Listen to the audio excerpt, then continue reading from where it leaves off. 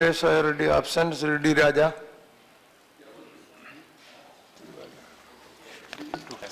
Thank you, sir. I was a member of the select committee which scrutinized the entire legislation. I did raise many issues during the work of the select committee. And in fact, I have given a dissent note and it forms part of the report. I reiterate those points once again when the Parliament finally considering the GST bills. Sir, there are two parts of the whole issue. One is the philosophy behind the GST bill. The other one, certain practical questions. I begin with practical questions. That is, collection of taxes is the primary exercise by any government to mobilize resources to generate revenue for nation building, for building of economy.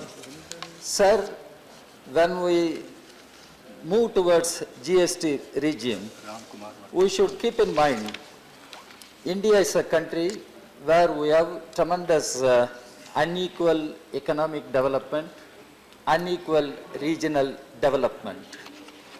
How we are going to create a pan-Indian economic zone, a single market in such a situation? That should be kept in mind. I don't think any political party is clear about the consequences, or the government is clear about the consequences. In fact, I said it, I repeat, we are entering into a new terrain. The consequences are to be understood, are to be known. So here I stress one point which has been stressed by my colleague also. When the government talks about cooperative federalism, I think it includes fiscal federalism and financial federalism.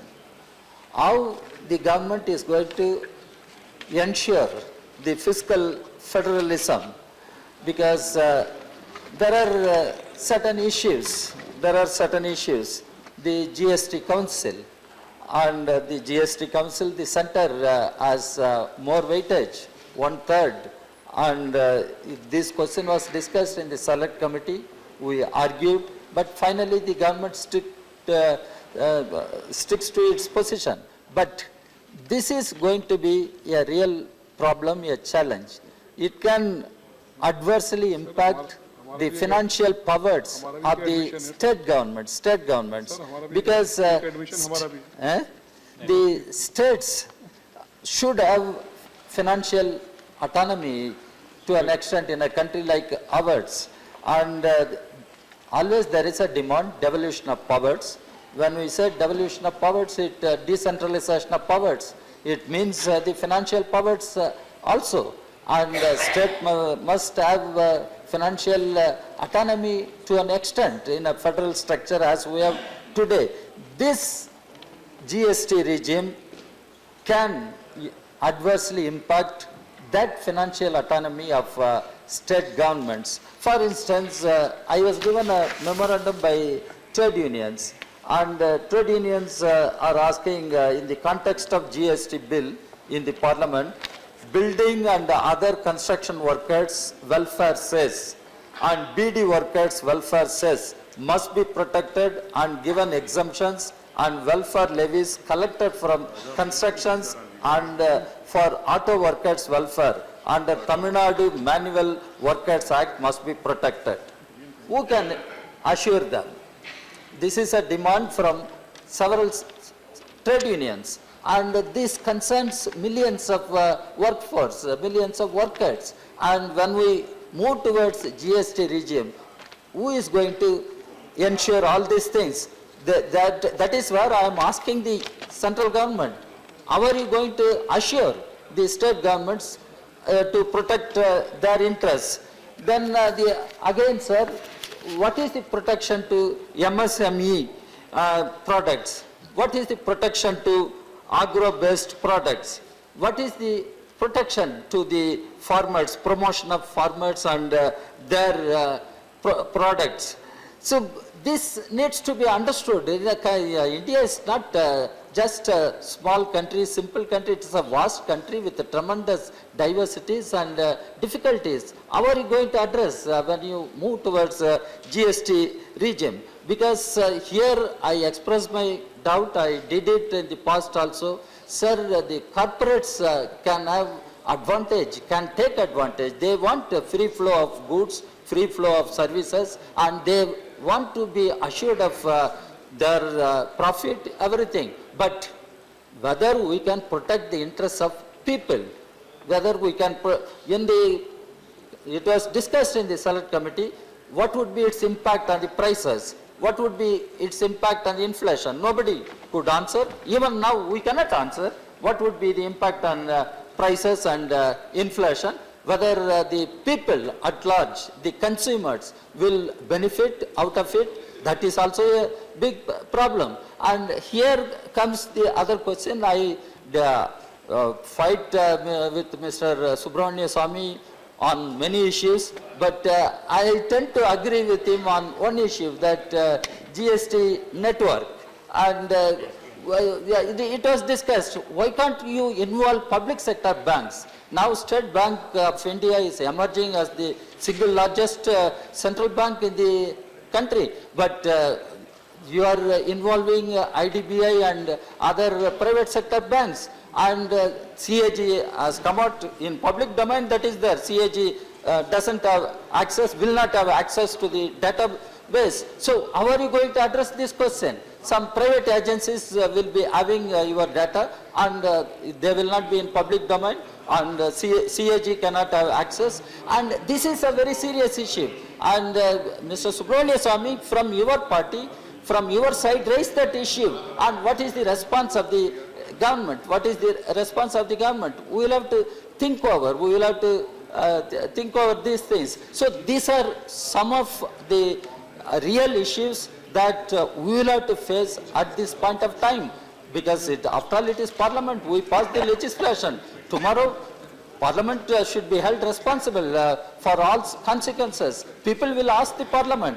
This Parliament, when it passes such a legislation, serious legislation which has got far-reaching implications on the future, we should be very cautious. We should treat cautiously before finally disposing of these legislations. Sir, here I would like to touch upon certain philosophical issues which the BJP spokesperson, Mr. Bhupendra Yadav, touched. He somehow linked, he tried to give a philosophical background for GST, and he said the cultural ethos of India will not allow for some kind of socialistic pattern of society or economic development.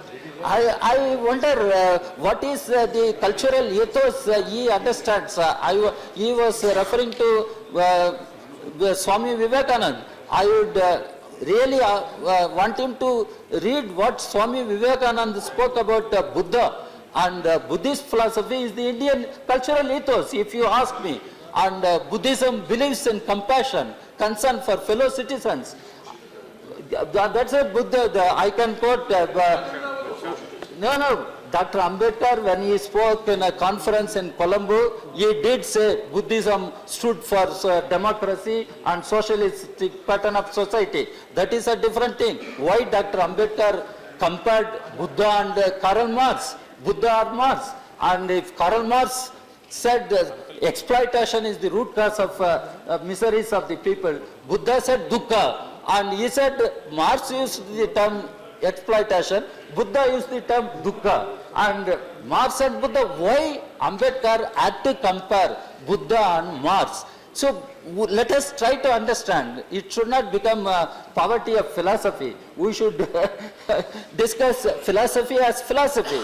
And if we talk of Indian ethos, it is Buddhist philosophy which lays the foundation for Indian cultural ethos. And it is Buddhist philosophy which talked about compassion, concern for fellow citizens. Do you believe in that? That's what I am asking. You can try to appropriate Dr. Ambedkar. I don't mind you appropriate Dr. Ambedkar, but try to follow Ambedkar's legacy. Try to follow the ideals of Dr. Ambedkar. And Dr. Ambedkar said many things. Not only when the cow protection comes, Mr. Subramania Swamy says it is part of the constitution. Yes, there are many other things part of the constitution. Let them read the directive principles, what Ambedkar has said in directive principles. So why I am referring to all these things, when we move to GST, finally, it is people who are going to pay taxes, mainly the indirect tax. The other day, Mr. Chidambaram was referring, the indirect taxes continue to be increased, and it is going to be the burden on the common people. Today also, who takes the burden? It is common people. It is really the toiling people who pay taxes and who honestly conduct themselves, but who evades taxes? Who evades taxes? Who cheats the government? Who deceives the government? We are not talking seriously, honestly, on those defaulters, on those cheaters of the country and people. And it is poor people, and we should not question the honesty of our people. Our people are honest, hardworking people. They build the wealth, and they build the nation, and they pay taxes. So when we move towards a common tax system, how you are going to address certain complex issues which as a nation we have got. It is a diverse country. It is a diverse country. And the Tamil Nadu reference was made. Tamil Nadu has got largest number of welfare schemes. How are you going to allow that government to continue with those welfare schemes, social security schemes for the people? If you move towards this common tax system, then the other question is Finance Commission. What is Finance Commission is going to do? Now, central tax collection, and earlier it was a demand 50% to state, 50% to center. Now Finance Commission, Finance Commission gave a different formula. Now the GST will give another formula. So there are a whole lot of complex problems, and the center will have to treat cautiously. Center should take all the state governments into confidence and parliament into confidence. Parliament, center should take the parliament into confidence. Okay. And center cannot conduct itself as a totalitarian regime. It is after all democracy. I have respect for democracy. Okay. I have respect for multi-party democracy, parliamentary democracy, and parliament should be taken into confidence. Accordingly, the government will have to move. Okay. Thank you, sir. Thank you, Mr. Raja. Thank you, Dr. Raja. Sri P. Chidambaram.